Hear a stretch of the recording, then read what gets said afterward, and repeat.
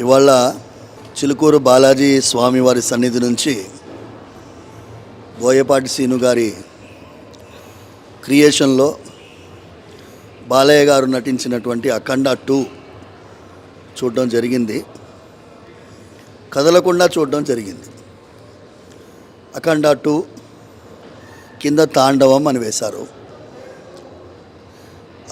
పరిత్రాణాయ సాధూనాం వినాశాయ చ దుష్కృతాం ధర్మ సంస్థాపనార్థాయ సంభవామి యుగే యుగే. ఇది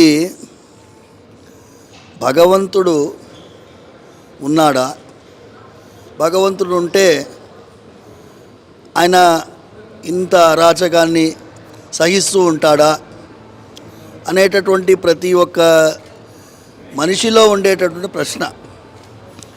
అలాంటిది ధర్మాని కోసమే ఉండేటటువంటి నేల.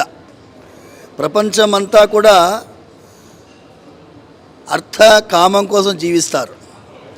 ఈ దేశంలో మాత్రం ధర్మ అర్థ కామ మోక్షం చతుర్విధ పురుషార్థాల కోసం జీవిస్తాం.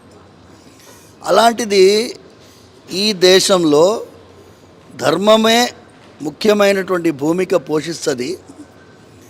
ఆ ధర్మము ఎప్పుడెప్పుడు ఇబ్బందుల్లో ఉంటుందో ఏదో ఒక రూపంలో భగవంతుడు వస్తారు, తన ధర్మాన్ని రక్షించుకుంటాడు అనే ఇతివృత్తం ఇది. నేను ఈ మూవీలో చూస్తున్నప్పుడల్లా మా నాన్నగారు temple is relevant to the society, ఎందుకంటే ఆ భక్తుల నడుమ బాలకృష్ణ గారు మాట్లాడిన ప్రతి మాట నాన్నగారు మాట్లాడినట్టుగా ఉండింది. ఆ డైలాగ్ రైటర్కి కూడా అప్రిషియేట్ చేయాలి. భగవంతుడిని కూడా మీరు ఒక కమర్షియల్గా టీచ్ చేసినప్పుడు భగవంతుడు ఎందుకు వస్తాడయ్యా అనేటటువంటి భాషలో ఉంది. చెప్పుకుంటూ పోతే గంట సేపు రివ్యూ చేయాలి. రివ్యూని కూడా మర్చిపోయి నేనేమంటున్నాను అంటే, పనికి మాలిన వాళ్ళు ఒక 5 నిమిషాలు కూడా కూర్చొని ఏమీ రాయలేనటువంటి వారు రాసే రివ్యూలు చూసి మీ మనస్సులో ఉండేటటువంటి మూవీ ఎలా ఉంటుందో ఏమో అని ఎవరో ఎందుకు చెప్పాలండి.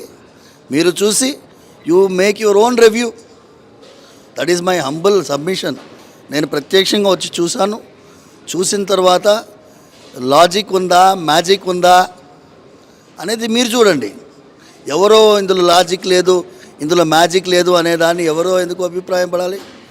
Every frame there is magic, there is logic. చిన్నపిల్లల నుంచి పెద్దవాళ్ళ వరకు ధర్మాన్ని రక్షించేటటువంటి ఒక సైన్యం ఈ దేశానికి కావాలి. కాబట్టి ఒక విజువల్ ట్రీట్గా చిన్నపిల్లల నుంచి పెద్దవాళ్ళు వచ్చి ఈ మూవీని చూడండి అని ప్రార్థిస్తున్నాను. అందరూ చూడండి. ఆబాల గోపాలం చూడగలిగినటువంటి ఒక ఇది ఎంటర్టైన్మెంట్ కాదు. It is going to be an enchantment and it is going to be an upliftment of your feeling towards ధర్మం పైన మీకు ఒక అద్భుతమైనటువంటి అవగాహన వస్తుంది.